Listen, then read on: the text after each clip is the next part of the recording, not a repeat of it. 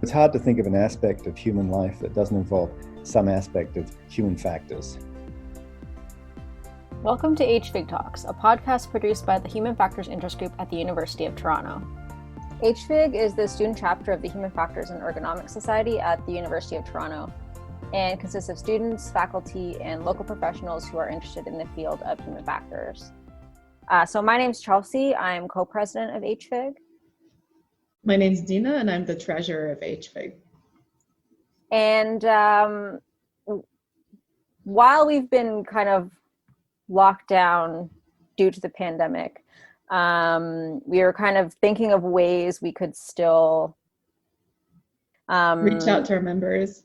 Yeah. And so we thought like a podcast would be great because we know everyone's busy and there might be some Zoom fatigue happening. So this way we can kind of talk to people, discuss human factors topics, and then you guys can listen to it whenever you want. So that's what we're trying to do. And so we thought an interesting thing we could do for our first episode, and something that a lot of people in human factors might relate to, is to talk to our friends and family about what they think human factors is, because we kind of feel like we're always having to explain what we do. And when we say human factors, the first question is always, what's that? What is that? Yeah. Yeah, we thought it would be a fun experience to try to talk to our family and friends to get their thoughts on what they think we do. Yeah, so Dina and I are going to be hosting this episode. And so first you'll hear from one of my friends, and then Dina's brother, and then my mom about human factors. Yeah, I guess my human factors would just be how we interact with things, maybe, and whatever results we get from that, even if it ends up being technology, but mainly interactions with the world. I think it's everything about humans generally that could affect their efficiency or productivity in anything, maybe driving, maybe something else, anything that could distract them, anything that could help them perform better. That's my best guess. One comment that comes to mind is that it's something that's relatively new, because in my past few years of working, I haven't noticed a lot of focus on this issue with employees. How could they improve their performance? Maybe at least in the region I'm working in, I haven't seen much of this study being implemented in our jobs. Something else is if you speak about driving, it could prevent lots of accidents that are usually preventable, as you know. It could also, in other fields, maybe it could, help the environment, something like that. Yeah, something that could make the world a better place in general. I believe human factors is how your body reacts to things in the environment. So how things are set up in the environment and how your body interacts with them. Your whole interaction. Like when you're sitting in your car, the way the setup in your car is set up so that you can easily reach for things without making you be distracted, or more not economical, but more set up in a way that makes sense to be easily accessible, the most accessible. So I think, when we set out to do this, we thought we would get some worse answers than Yeah. we got. I think my takeaway from this is that we have like a skewed sample here where they actually do have some sort of idea what it is, because they are like our close friends and family, and so they heard us talk about it, and they are remembering more than I thought they did. So like even when I asked my brother, he was like, yeah, I know you study human factors, so he remembered the name, but I don't know if they know exactly what it is, especially because like both of us are doing driving research, so a lot of them associated with like cars or driving. And I keep saying that like you shouldn't be distracted while driving, you should stop calling us while you're driving. So and this is what I do. I'm getting my PhD in this, so I know what I'm talking about. So listen to me. So I think they are listening, so that's great. So there is this mention of like distraction and driving and like car related issues. And it seems like the word that sticks out to like at least my mom, my friend, was like interaction. So they are getting like kind of the main idea. I think my thought was that they have no idea what I'm doing because they always ask me, but maybe it's just they don't really get the details. But if I ask them, they have retained kind of like the major point that it is about how we interact with things. So that was kind of has to do with like human performance, efficiency. Like those are things that we discuss a lot, and I think they've retained that. So that's good.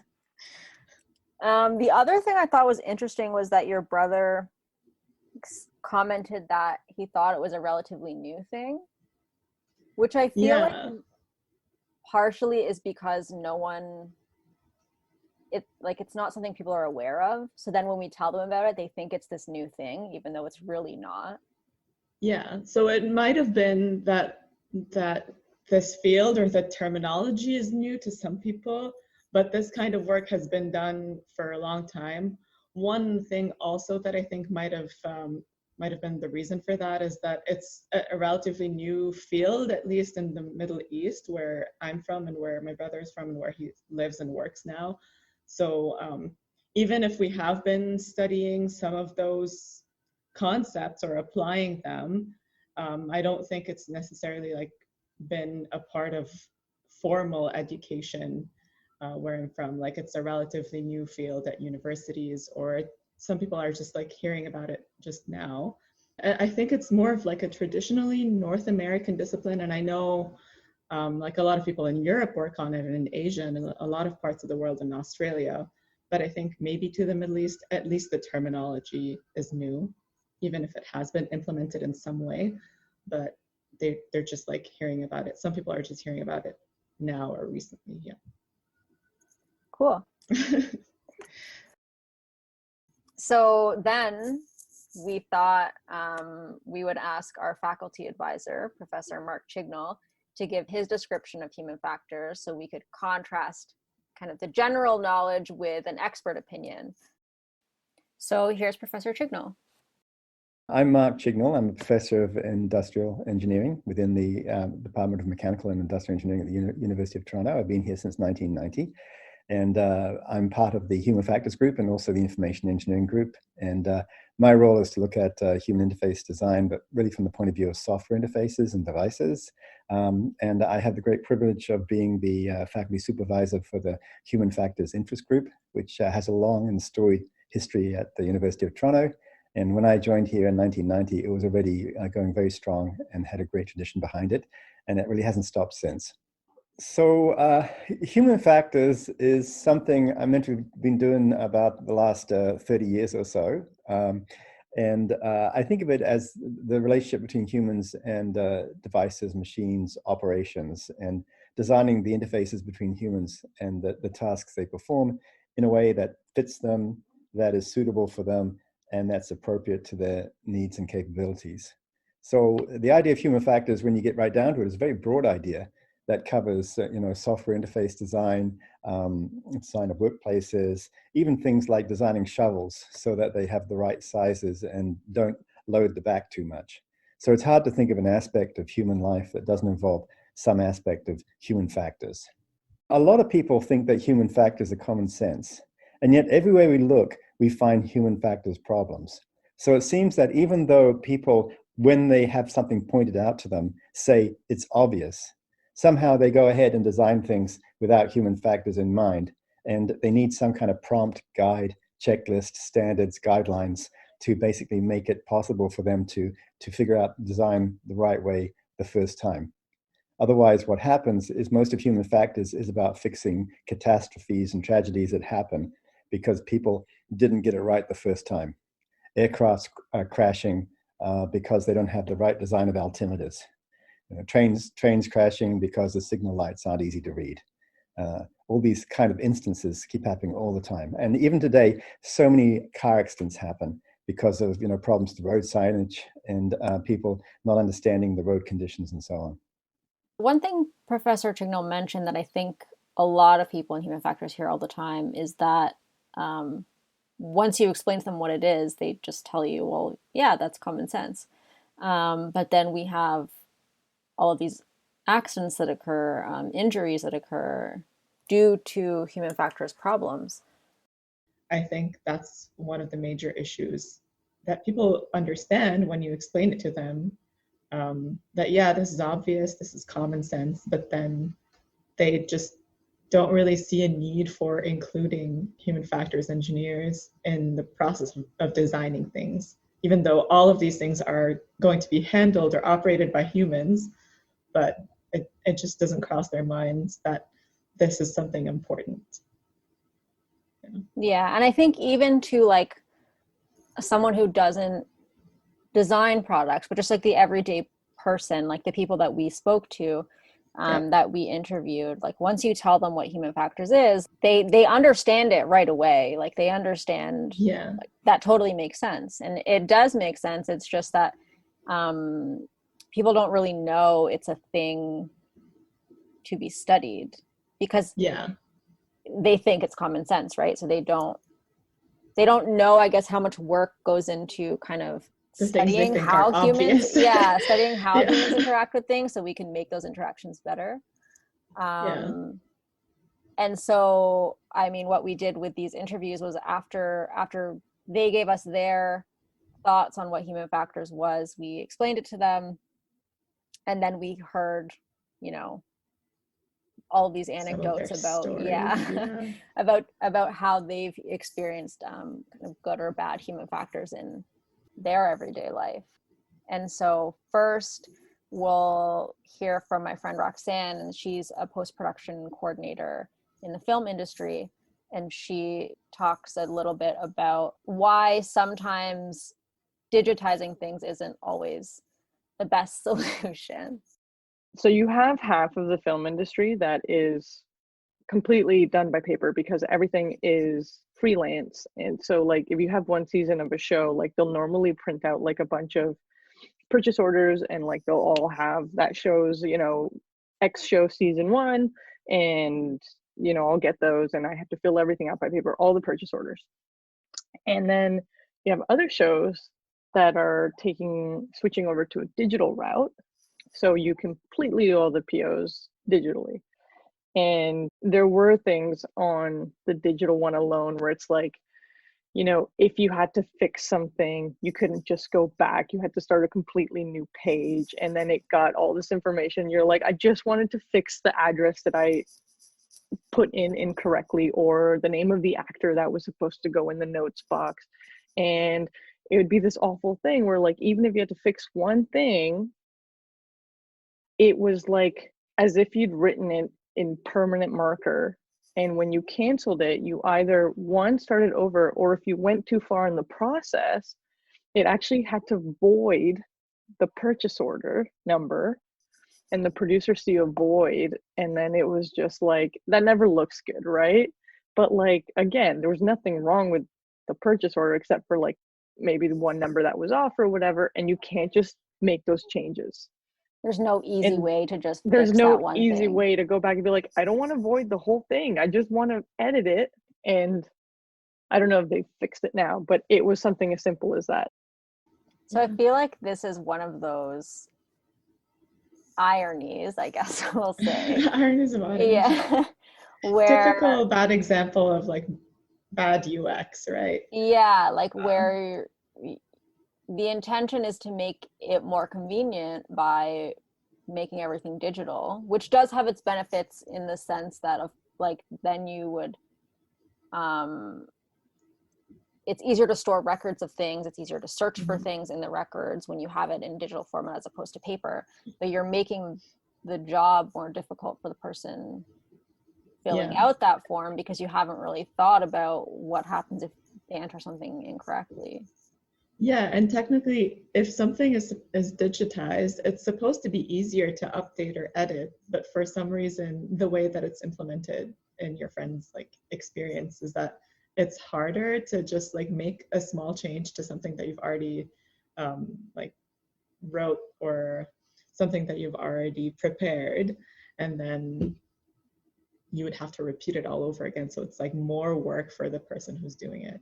Right, which you're right, should like the digital format should make it easier because you should be able to just, you know, backspace and enter a new number or like edit, yeah. So I thought that was interesting. It's kind of like this, it's the opposite of what you would expect to happen when you digitize something. It's supposed to make things easier, and in fact, like in her experience, it would just be easier to fill out the paper form because then you don't have to deal with these kind of bugs in the system that someone didn't catch because they didn't, you know, ask anyone to try filling out the form or ask them how they would use this form. Like what are the steps they might take while they're filling out this form?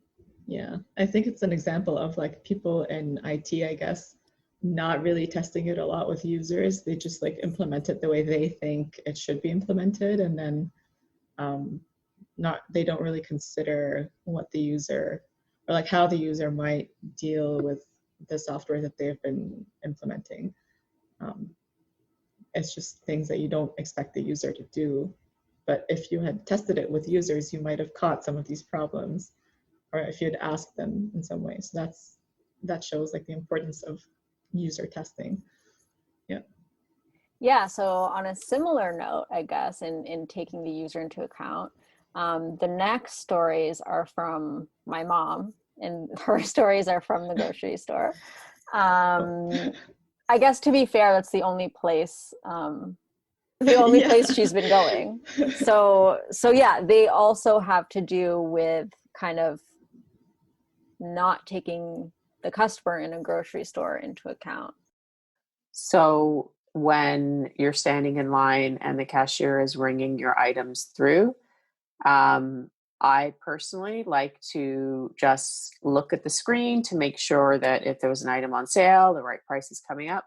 Some grocery stores do not have the screen pointing to the customer, so you can't see and validate that what you're getting is actually the price that you thought it was. That to me would be an example in my mind of a bad human factor experience. When you're in a grocery store, you have like a lot of items in your shopping cart, and so you're not sort of physically adding that up in your head to keep track because it's just too many items to keep track of. So you lose like you can lose sight pretty quickly of how much you would expect to pay. They should make the screen pivotable or two-sided or something. I understand the cashier also needs to see the price, but they should have either two screens or at least a little screen that shows the price so that the other person on the other side of the cash register could see at the same time. Another example of what I think was a good experience is, I remember this a few years ago, when you would go into a grocery store, you would either pick up a shopping cart or a hand cart. And sometimes, you know, a hand cart can get a little bit too heavy if you have a couple of items and you don't want to take around a big shopping cart. So what some stores started to do a few years ago, and I think it's more common now, is hand carts that actually have like the little wheels on them. So it's kind of an in-between. If you've only got a couple things, but those couple things might be heavy things. The little shopping carts it has the pull handle that comes up and it's got little wheels on it. That I thought was actually very convenient when they started coming out with those little shopping carts a few years back. So I like it when I go into a store and I can pull one of those shopping carts or the shopping baskets with the wheels on it instead of a regular shopping basket, because you don't need a whole convenient. cart. Yeah, like you don't need a whole cart, but you don't want to have to carry the stuff that you get because it might be heavy. Yeah, because when I go in and a lot of the times when I'm going in to pick up a couple things, one of those things might be, more often than not, is a bag of milk, which can be quite heavy. And then those little baskets that it hurts your arms and it gets too heavy, and it's just not a nice experience when you just want to run in and out of the grocery store. Having the basket on wheels is just more convenient. I feel like first things first, if you're listening outside of Canada, yes. Milk comes in bags. Yeah, we buy milk in bags. Yeah, that's also, actually, it is one of the reasons I really like those small carts, because like when I do go shopping and I do want to buy these bags of milk, I don't want to carry it around, and I don't really shop for a lot of things for myself. Like I don't need to haul around this like really big cart. So yeah. And yeah, when I did come to Canada, I was surprised that milk comes in bags and that I had to carry them around if I only needed a few things at the store. That included milk. So. Yes. And I should say, when you buy a bag of milk, it actually is a bag with 3 bags in it. So it is quite heavy, because it's probably like 3 or 4 liters of milk. Yeah, so fun fact for anyone outside of Canada. But yeah, I thought it was interesting that she mentioned, like, there were 2 stories, both about the grocery store, but one of them was had more of a cognitive aspect, and the other one was more physical, like ergonomic thing. Yeah. Obviously the shopping cart one is more of an ergonomic issue. And then the other thing with the cash register, the like the screens. Yeah. Like it's good to know the prices of things and look at them while they're ringing them up at the checkout counter. And it's good that it displays it to both the person who's working at the register and to the shopper.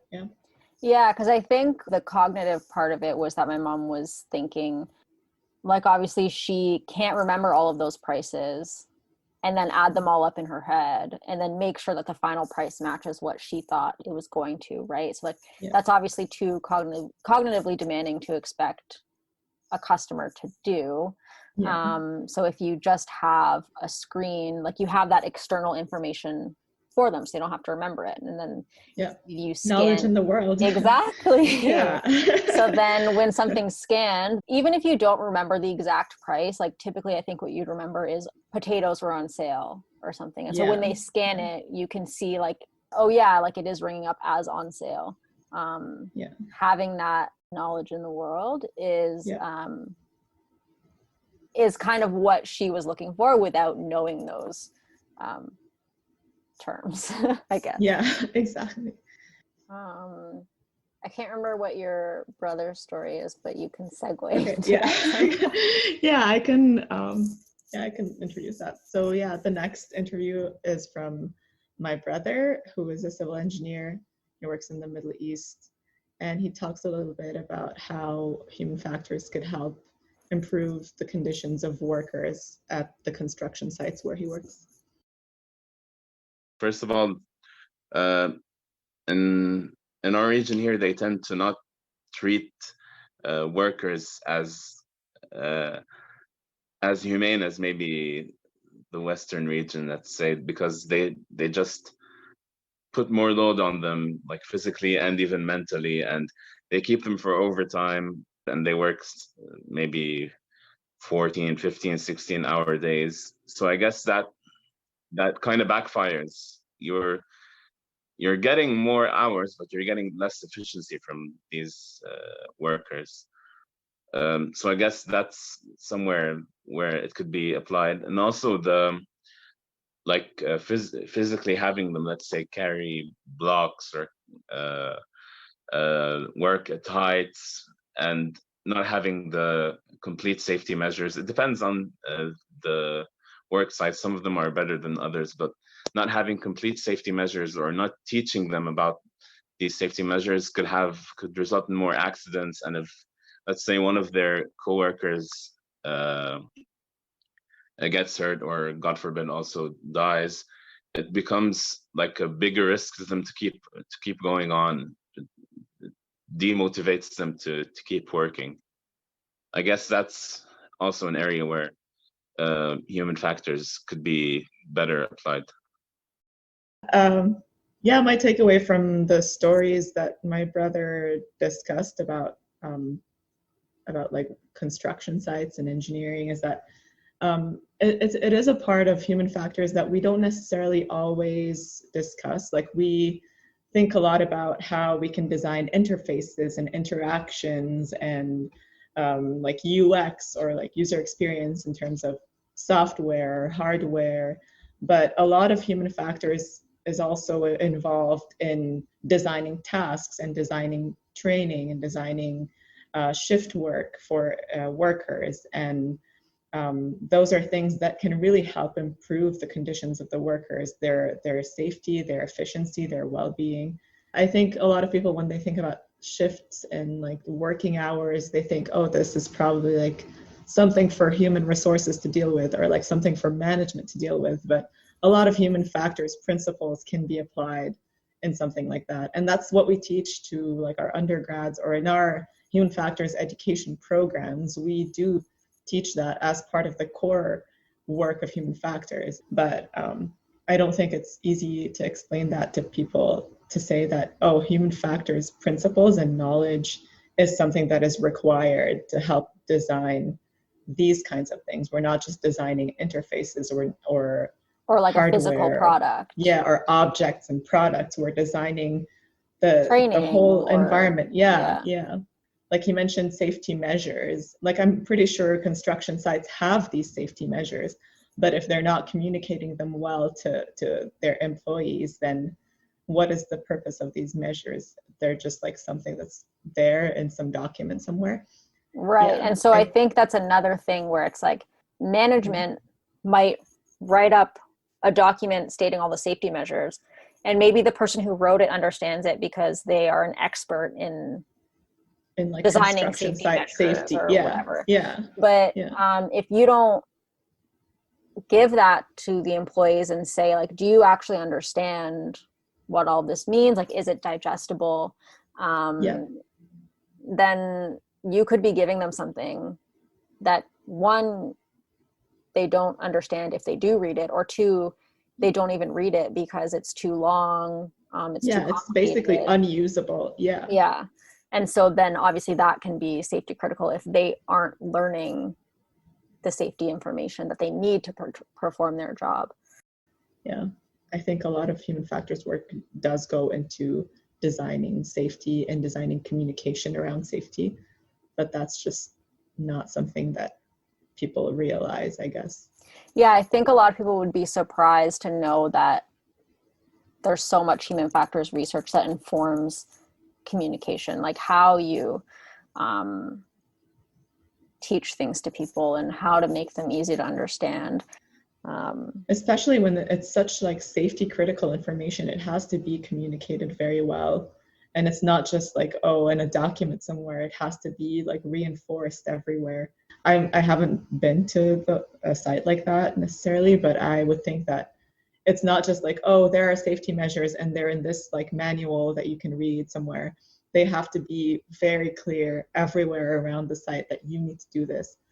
But yeah, because I mean, we know from research that people forget things. Like, it doesn't take very long for you to forget something. Like, even if you learned it and knew it very well initially, over time you're going to forget those things if you aren't continuously reminded of them, whether that be like because you do it every day. Like, if you put on your helmet every day, you're going to obviously remember that your helmet is important.